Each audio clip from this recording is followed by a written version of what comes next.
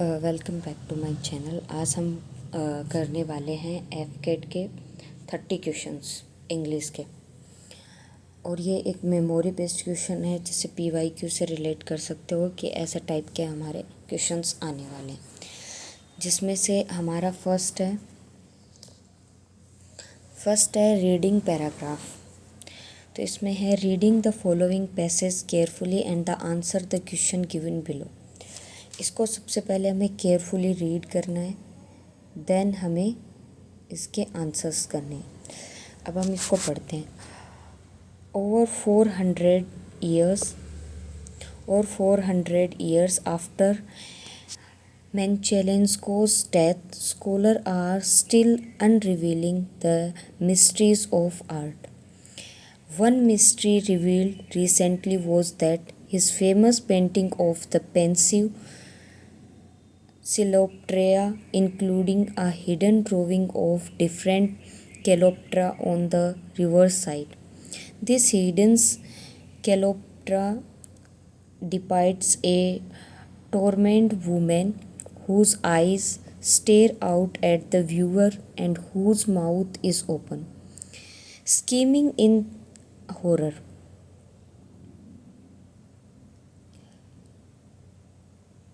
The two images drawn on two sides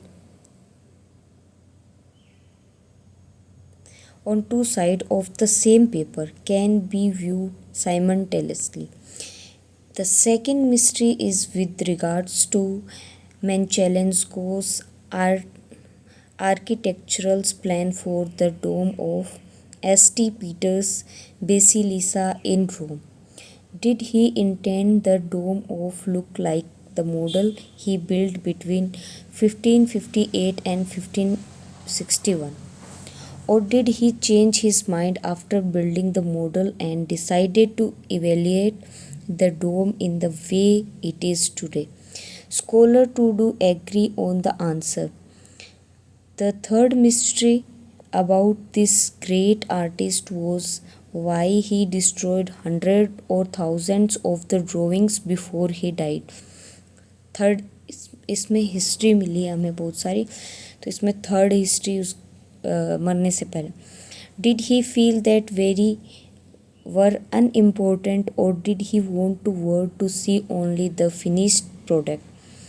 The mystery associated with the Menchelensko's arts being exclusively he attract artists, scholars and researchers since ages. अब तक की edges में जो कि attract कर रही है. अब चाहो तो आप इस पैसेज को 2 बार 3 बार रीड कर सकते हो अगर आपके समझ नहीं आया देन. लेकिन इसमें हमें इतना, आपको 1 बार पढ़ने या 2 बार पढ़ने से इतना फील हो जाना चाहिए कि ये किसके रिगार्डिंग है, तो हम इसके आंसर इजीली कर पाएंगे. अब हमें पता चला है कि इसमें कोई आदमी है, उसका कोई साइंटिस्ट है, कोई आर्टिस्ट है, तो उसकी क्या रहती है, मिस्ट्री रहती है. सभी पेंटिंग्स, जो भी पेंटिंग्स बनाता है उसके पीछे की मिस्ट्री रहती है, जो कि आज तक की हमारी पॉपुलेशन उसको सोल्व करने मिले. तो इसका फर्स्ट क्वेश्चन है, वाई डिड द मेंसिको destroyed so many drawing before he dead. मरने से पहले क्यों डिस्ट्रॉय की. Choose the appropriate answer. The mystery is yet to be unrevealed. They were unimportant, ऐसा कुछ था ही नहीं.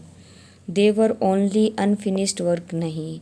He was upset with the way, upset वाली बात नहीं थी. ये क्या था, इसका आंसर होगा the mystery is yet to be unrevealed थी, इसलिए उसने उन सभी चीज़ों को क्या कर दिया, डिस्ट्रॉय कर दिया. अब यही पैसेज वापस है, लेकिन हमने ये पैसेज पढ़ लिया है. तो सेकंड क्वेश्चन पे चलते हैं. The domes of St. Peter's Basilica, choose the dome of. इसमें ये जो पीटर्स है इसके बारे में हमसे पूछा गया है. तो bear no resemblance to the one in the model, was destroyed after the model was built, was designed differently than once that was built. अब ये वाला काम तो देखो इसने किया था, कहाँ पे किया था, हमने पीटर के बाद कहाँ पे की थी, यहाँ पे कि mystery regards to architectures for the dome and did intend to the dome look like model between itna or and the changes mind after building the model and the decided to evaluate। तो इसका answer क्या होना चाहिए कि उसने पहले design किया different way में फिर उसको बनाया। तो आंसर हमारा कौन सा हो जाएगा इसका? सी। नेक्स्ट हम देखते हैं थर्ड है it can be inferred from the passage that the most unusual aspect in the drawing of Cleopatra is that the figure of the tormented woman, the figure of the screaming woman, different shades of emotions of Cleopatra can be seen in the same time and the painting of the woman both side in। ये तो कुछ था ही नहीं, ये भी कुछ नहीं था, दो में हमें थोड़ा कन्फ्यूज़न लग रहा है। तो इसके लिए हम दोबारा से थोड़ा सा देख लेते हैं। ये क्लेओपेट्रा हमारे पास यहाँ पे आया था कि the mystery revealed was the famous painting Cleopatra की थी जो reverse different Cleopatra on side and the hidden device torment woman whose eyes stare the viewer whose mouth is open screaming in horror के जैसे हमें दिख रहा था। तो उसमें क्या थी? The two image drawn into side the same paper simultaneously. तो डिफरेंट शेड की हमें इमोशंस उसमें नज़र आए इस पैसेज के अकॉर्डिंग। देखो ये चीज़ भी है, ये चीज़ भी है, लेकिन इसका मोस्ट अप्रोप्रिएट जो आंसर होगा वो नीचे वाला होगा कि इसमें डिफरेंट सेज के इमोशंस उसमें हमें देखने को मिले थे। नेक्स्ट क्वेश्चन है read the sentence to find out whether there is any grammatical error in the error if any will be part of the sentence spot the error given the ebb and flow of tides are not understood or no error। अब हमें इसको एक एक करके पढ़ना है। The ebbs and flow of the tides are. अब देखो ये दो है, हमारे पास दो सब्जेक्ट है तो उसके अकॉर्डिंग प्लूरल वर्ब आई है। नाउ अंडरस्टैंड, तो इसमें नो एरर आ जाएगा हमारा। तो option number D is will be correct answer. इसी टाइप के हम और भी क्वेश्चन करेंगे जिससे हमें ये चीज़ें समझ में आने लगे। देन सेम टाइप का इसमें since his arrival at his native town he is trying to the best of his ability to spread education among the masses. अब इसमें since he arrive at the native town he is trying to the best. तो जैसे ही वो उस जगह पे पहुंची, native place पे पहुंचा, since his arrive at his native town, पहुंचा पास्ट में जाए तो ही वॉज ट्राइंग आना चाहिए ना। He was trying to the best opportunity to spread out. तो इसमें हमारा कौन सा हो जाएगा? बी। देन नेक्स्ट है वन ऑफ माई फ्रेंड। इसमें देखो पहले ही दिख रहा है स्टार्टिंग में one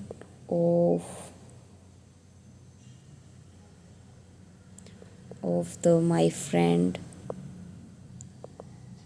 one of the my friend ऐसे करके आना चाहिए। केम running to the me and gave me. तो इसमें ए ही इसका आंसर होगा। ये कुछ सही नहीं बैठ रहा है यहाँ पे। अब अगला है वाइल। इसमें भी हमें ग्रामेटिकल एरर ही ढूंढना है। While it is apparent that biotechnology offers significant benefits, adequate attention has not been focused to his vital area। While it is apparent that technology offers, it की वजह से offers आया इसमें, significant benefits, attentions has not been focused। तो इसमें कोई error नहीं है। इसमें आ जाएगा हमारे पास, नो एरर का तो ऑप्शन है ही नहीं। Has not been focused, has not been focusing, या तो इसमें होना चाहिए हैड नोट, या तो हैड नोट फोकस्ड होना चाहिए सीधा, या हैज़ नोट फोकस्ड होना चाहिए। लेकिन इसके बाद थर्ड फॉर्म नहीं आएगी बीइंग के बाद। अगर बीन आया है, बीन के बाद वर्ब का फर्स्ट फॉर्म प्लस आईएनजी आता है इसमें। देन 8 क्वेश्चन है हमारे पास। Fortune continue to smile at me. अब देखो बहुत बार हमारे पास क्वेश्चन आता है एट और विद के साथ, तो हमारे पास जब भी हम किसी पर्सन की बात करते हैं या फिर कोई थिंग्स होती है तो उसके साथ हम एट लगाते हैं। फॉर्चून कंटिन्यू स्माइल एट मी, मेरी तरफ देख कर दे रहा था। देन 9th क्वेश्चन है हमारे पास। The teacher gave many examples to the ideas continue in the problem. तो टीचर ने क्या किया, मैनी आइडियाज़ को ब्रिंग आउट किया, पहुंचाने का काम करना। तो इसमें हो जाएगा हमारा ब्रिंग आउट, पहुंचाने का काम किया है। 100 ऑफ वर्कर्स आर, अब देखो 100 ऑफ वर्कर्स के बाद में प्लूरल फॉर्म आता है। Worker are a protest against the decision of the management के रिगार्डिंग उन्होंने प्रोटेस्ट किया है। तो इसमें क्या आएगा, वहाँ पे बैठ करके, परफॉर्म करके नहीं किया, सिटिंग करके नहीं किया, setting, SATING, setting up protest के सामने लड़ करके, स्टैंडिंग खड़े होकर के नहीं।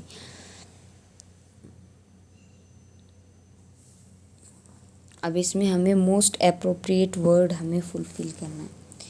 USA has become a of many nationalities allowing companies to make use of global talent. ये मेल्टिंग पॉइंट है, पोर्ट है, पॉइंट कार्ड है, या पोर्ट बॉयलर है। तो ये है हमारा melting point. USA has a melting point बन चुका है हमारे यूथ के लिए, मेल्टिंग पॉट बन चुका है यूथ के लिए, जहाँ पे मैनी नेशनल्स जो एक अपॉर्चुनिटी देते हैं ग्लोबल टैलेंट पे। एब्जोर, अब एब्जोर का मीनिंग आपको ढूंढ करके लाना है कि क्या होता है।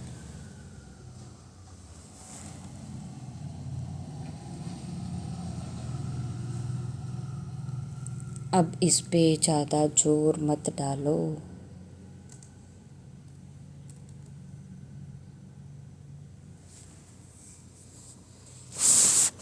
तो इसका हमें choose the best one express through meaning with word. Patronise, sanctions, disown, approve.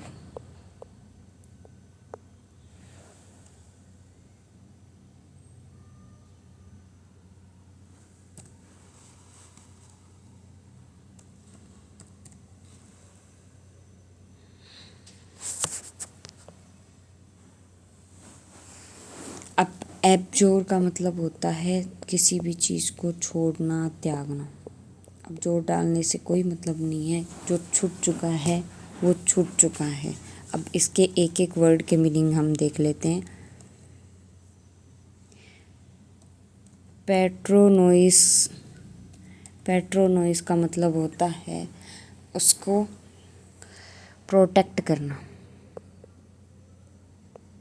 तो ये तो होगा नहीं, प्रोटेक्ट करना मतलब त्यागना नहीं होता।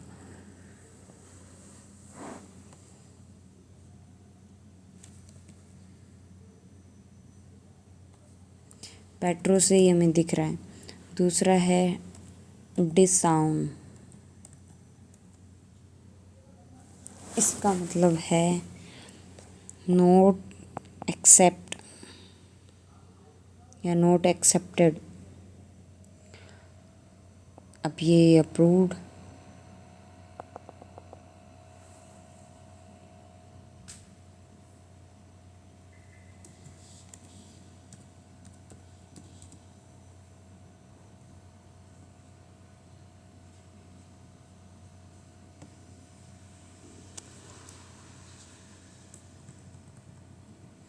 अगला है सेंशन। सेंशन का मतलब होता है रोकना, प्रोहेबिटेट करना, रोकना, सेंशन लगाना। तो इसका आंसर क्या होना चाहिए? इसका आंसर होगा हमारा डिसडाउन, यानी अब कोई उसको एक्सेप्ट नहीं करेगा तो इसलिए उसको छोड़ देना चाहिए हमें। देन नेक्स्ट क्वेश्चन है हमारे पास एक्सेसिव। एक्सेसिव का मतलब होता है एक्स्ट्रा में होना। स्लैंगिश, रबिश का मतलब होता है बहुत ज़्यादा हो जाना। तो ये तो होगा नहीं, स्लैंग करना ये भी नहीं होगा। मॉडरेट का मतलब होता है मीडियम। और एक्सट्रीमी, एक्सेसिव मतलब ज़्यादा और एक्स्ट्रा मतलब ज़्यादा, मोर। देन है डिस्पीसिएबल। डिस्पीसिएबल का मीन क्या होगा? आउटब्रेक होना। नो, आउटब्रेक का मतलब होता है फैलना।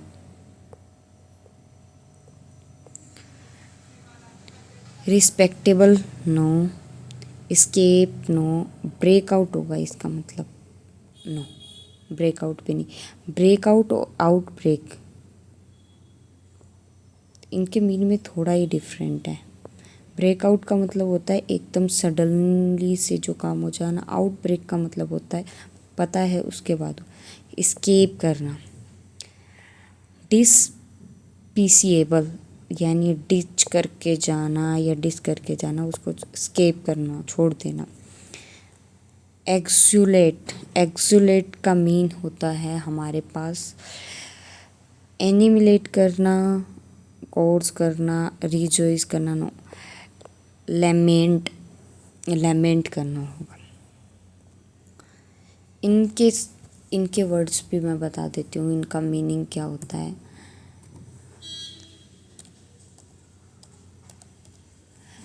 लेमेंट का मतलब होता है,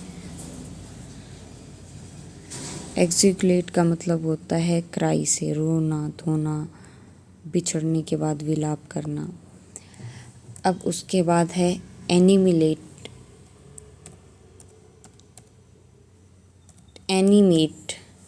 एनिमेट का मतलब होता है उसको अवोक करना, अवेक करना, जगाना।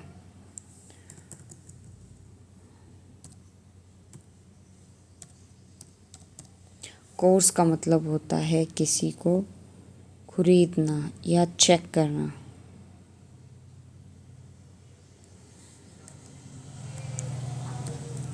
रिजॉइस का मतलब होगा हमारे पास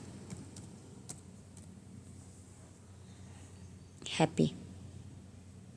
तो ये तो देखो इसका अपोजिट हो गया, रिजॉय करना, हैप्पी रहना, और ये क्राई, लेमेंट। देन नेक्स्ट है हमारे पास ग्रीन हाउस पे।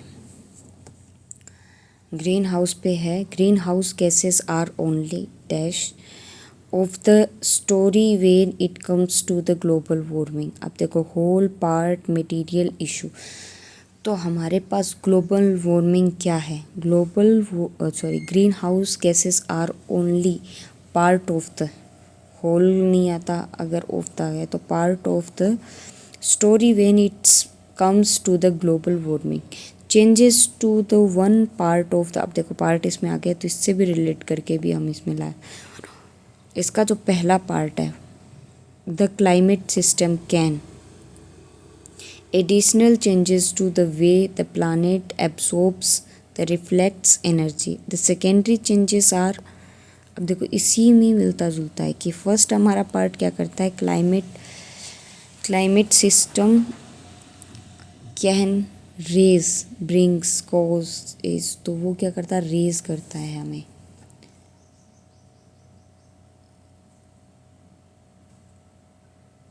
हमारे क्या है कि क्लाइमेट चेंज क्लाइमेट सिस्टम जो पहला पार्ट है कैन कोज, उसके कारण हो सकता है additional changes two way the planet absorb और रिफ्लेक्ट इन एनर्जी। और सेकेंडरी चेंजेस क्या हो सकते हैं? सेकेंडरी चेंजेस आर recorded या cold additional changes to the give the plant observe and reflect. Secondary changes are climate feedback and they could more than double the amount of warming caused by the carbon. अब देखो coast इसमें आ चुका है तो इसमें भी हम apply कर सकते थे कार्बन डाइऑक्साइड अलोन। तो इसमें क्या हो जाएगा हमारा कि the secondary changes are called climate feedback बोल सकते हैं हम इनको। और जो क्या करते हैं इनके बढ़ने से डबल प्रेशर के साथ वापस आते हैं। अब हमारे पास ईडियम्स है कुछ। Eight 6 and 7th, eight 6 and 7th का मतलब क्या होता है? सातवें आसमान पे रहना। तो to score well, no score तो perfect order note, to feeling frighten frightened, उसको कोई डर नहीं लग रहा है, ये होगा डिसएरे, इन डिसएरे।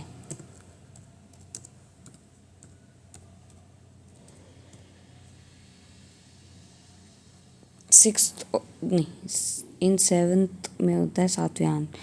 एट 6th और 7th यानी 6 और 7 में ही कंफ्यूज है, डिसएरे है, पता नहीं है कि 6 आना है कि 7 आना।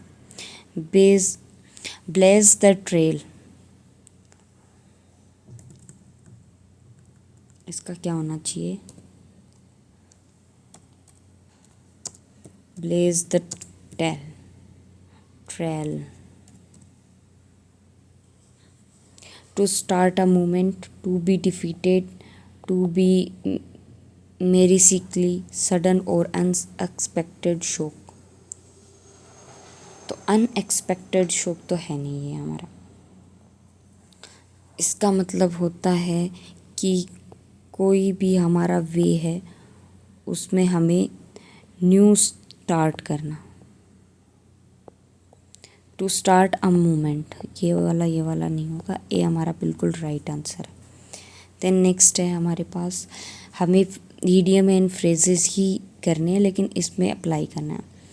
Night the brow, certain lectures, browbeat, hang fire. The manager of the company always try to the employees who opposed him, उसको क्या करते रहते हैं? हैंग फायर करते रहते हैं हर टाइम। या फिर ब्रो बीट, उसको बार बार में सुनाते रहते हैं। तो इन दोनों में से इनमें से तो होगा नहीं। फायर वाले में थोड़ा कंफ्यूज हो सकते थे, हैंग फायर कर सकते, लेकिन ब्रो बीट होगा।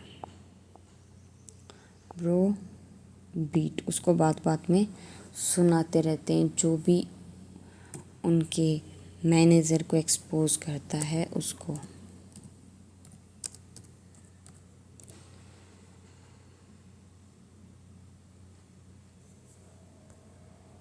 आगे है हमारे,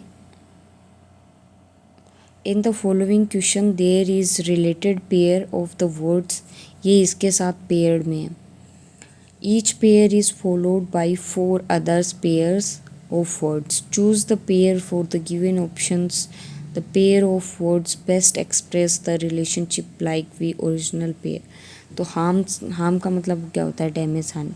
स्वीट का मतलब मीठा, शोर का मतलब खट्टा, तो ये तो नहीं होगा। Injure, incapabilities, short.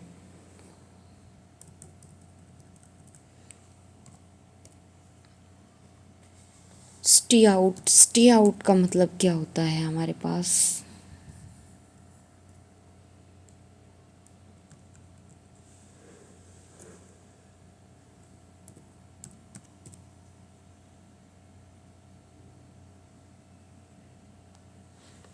स्टाउट का मतलब वीक नहीं होता। कंफ्यूज, सेफ्टी, ये तो इससे बिल्कुल ही अलग हो गया भाई। तो इसमें आएगा, ये नहीं हो सकते, हमने एलिमिनेट वैसे भी कर दिए थे। इंजोर, इनकेपेबिलिटी,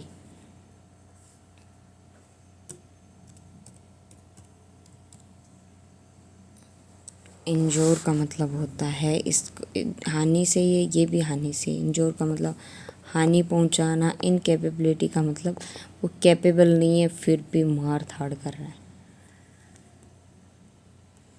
अब 23 है, वैसे ही ब्लर्ड और कंफ्यूज, ये दोनों सेम है। तो क्लाउडी, क्लैरिटी, तो ये नहीं है। मड, अनक्लियर, ये हो सकता है, इसके चांसेस है। डेंजर्स, कल्प्रिट, कल्प्रिट का मतलब होता है दोषी और डेंजर्स का मतलब होता है खतरनाक। एबडेंट, सफिशिएंट, तो हमें ज़्यादा तो ये होना चाहिए हमारा ऑप्शन नंबर ए, कि मड के जैसा दिखाई दे रहा है, बिल्कुल भी क्लियर नहीं है। तो ऑप्शन नंबर ए हमारा राइट आंसर। कई बार हमारे इंट्यूशंस में भी आ जाता है कि हाँ ये आंसर सही होना चाहिए। एक्सम्पेट, ओब्लिगेट, एक्सम्पेट का मीन क्या होता है? एक्सम्पेट यानी रिलीज़ करना या उसको छोड़ देना, सम्पेट। ओब्लिगेट का मतलब भी वही होता है। Affluent, fluent, amuse, sustainable, stiff, fast, reputed, ये तो हो नहीं सकता भाई, डी तो होगा नहीं। हम देखते हैं पहले एलिमिनेट करके। अब आता है हमारे पास वेलिएंट, माइटी। माइटी का मतलब हो सकता है ऐसा, रिलीज़ करने से रिलेटेड। और फ्लुएंट का मतलब होता है बहुत ही शातिर तरीके से बोलना, बहुत ही परफेक्ट बोलना, तो ये होगा नहीं। बचा हमारे पास एक, इसका मीनिंग हमें नहीं पता है फिर भी हमने ये आंसर कर लिया। अब इसका मीनिंग जान लेते हैं हम क्या होता है।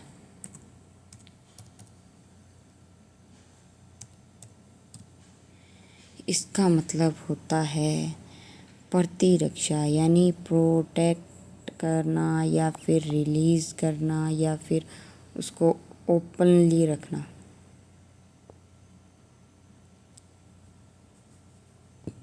सस्पेक्ट करना मतलब खुला छोड़ देना लेकिन निगाह रखना उस पर, वो ही मतलब होता है इसका भी। अब आता है हमारा next 25। The following questions consist of the incomplete sentence or sentence which is split into 4 parts. All 4 parts are jumbled up and are named PQRS. These 4 parts are giving a proper order. Arrange the jumbled parts of the sentence and find out the 4 combination of the given option will be correctly complete the sentence. India has been a land, then the warrior और the administration। अब इसमें हम देखते हैं पूरा पढ़ के। पहले हम ये सर्च करते हैं, पहले आर 2 में है, एस 2 में है, तो आर और एस को ही हम देखेंगे। India has been a land of the learning throughout ages, ये होना चाहिए। मैच तो एस ज़्यादा कर रहा है, आर को देख लेते हैं। Has been a land and the learn man has been, ये मैन कहाँ से आया? हेल्ड इन हायर स्ट्रीम, तो इसका मतलब होना तो चाहिए क्या हमारे पास? एस। ये गया, ये गया। एस के बाद हमारे पास पी आना चाहिए कि एस के बाद हमारे पास क्यू आना चाहिए? एस के बाद पहले हम देखते हैं P. Ages, but in this scene that learning has always been very highly valued of the learning throughout the ages, not indeed in the same the education has been universal। जज तो P रहा है, Q P रहा है, देखते हैं आगे क्या होना चाहिए। पी के बाद आर का सेंस बन रहा है कि that the warrior of the administration,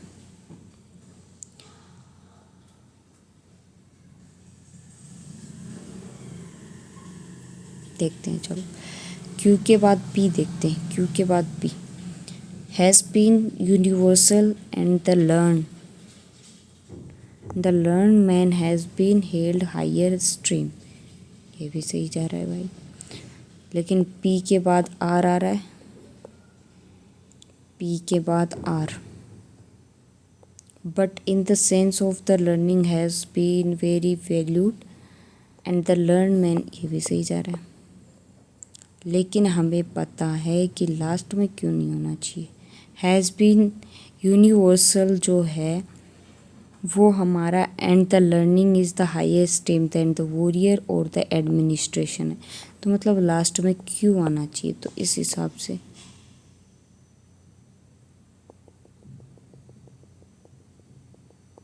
क्यों नहीं आर आएगा।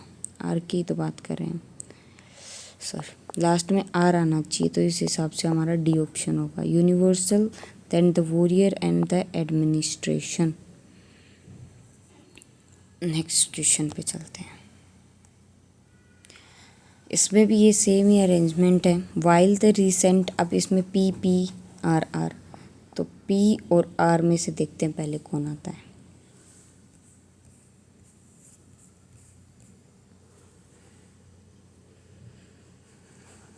While the recent century show that the June rainfall is, सही जच रहा है, while the recent rain may have soothed concerns, ये भी सही है, ये कंपेयर करके बता रहा है, सूथ कंसर्न्स दोनों हो सकते हैं। चलो अब इसके बाद आर के बाद है हमारे पास क्यू और एस, और पी में है एस और क्यू, मतलब दोनों ही है, दोनों में देखते हैं कौन सा सही जाता है, तो फिर उसके अकॉर्डिंग लेंगे। रेन में have be soothe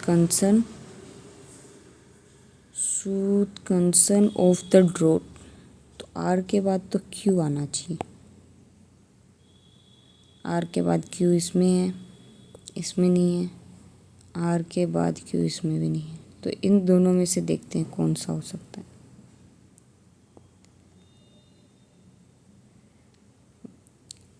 concerns of the drought, India's rainfall data for over a century, Q के बाद पी आना चाहिए, क्यू के बाद पी है ही नहीं, तो आंसर हमारा हो जाएगा B, B is the correct answer.